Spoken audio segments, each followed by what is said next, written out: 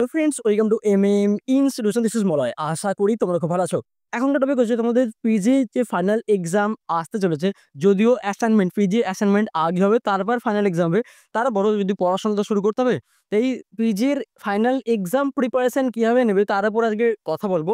তার আগে বলে রাখি, যদি আমার চ্যানেলে নতুন হয়ে থাকো তো প্লিজ সাবস্ক্রাইব করে দিও। আমার অফিসিয়াল সাইট আছে mmInstitution.in, ডেইলি চেক আউট করো। সমস্ত নোটসের স্যাম্পল ওখানে আপলোড করে দিয়ে আছে, চাইলে তোমরা ডাউনলোড করে পড়তে পারবে। তো চলো মেইন টপিকে যাক। প্রথমত তুমি যদি পিজি এক্সাম প্রিপারেশন নিতে যাও, তোমার হাতে দুটো অপশন থাকবে, দুটো প্রসেস থাকবে। এক, আমাদের মতো যারা সেন্টার চালায় তাদের রেডিমেড নোটস রেডি থাকে উইথ সাজেশন। তো তোমরা কিছু পে করে সাজেশন নোটস নিয়ে নিতে পারো, সেটা পড়াশোনা করে প্রিপারেশন নিতে পারো।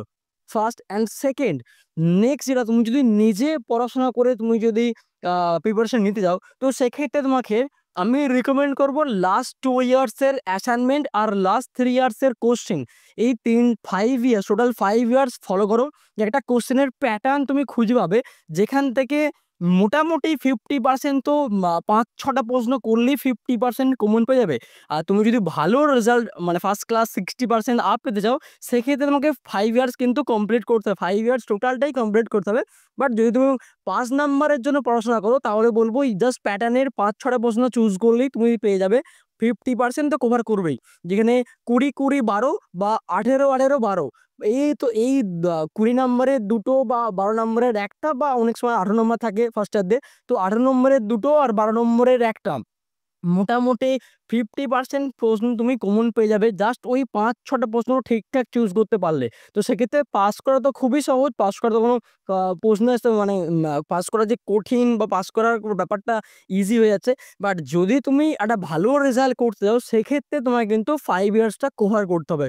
তো বা এছাড়াও তোমাকে আরেকটা অপশান বলেছি, রেডিমেড নোট তোমার কিনতে পাওয়া যায়। যারা সেন্টার চালায় তারা রেডি করে একদম সাজেস্টিভ ওয়েতে দিয়ে দেয়। আমাদেরও আছে, আমাদের দেয়া হচ্ছে। চাইলে তুমি যেখান থেকে ইচ্ছা নিতে পারো।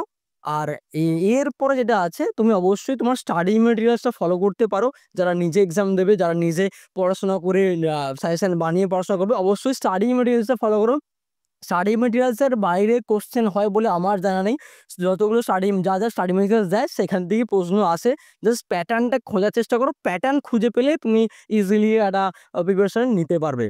এই ছিল আজকের আপডেট, আর কিছুই না। আর যদি তুমি নোটস নিতে চাও, আমাদের স্ক্রিনে যে নাম্বারে কন্ট্যাক্ট করতে পারো, বা যেখান থেকে ইচ্ছা যেকোনো বিশ্বস্ত সেন্টার থেকে তুমি নোটস নিতে চাইলে নিতে পারো।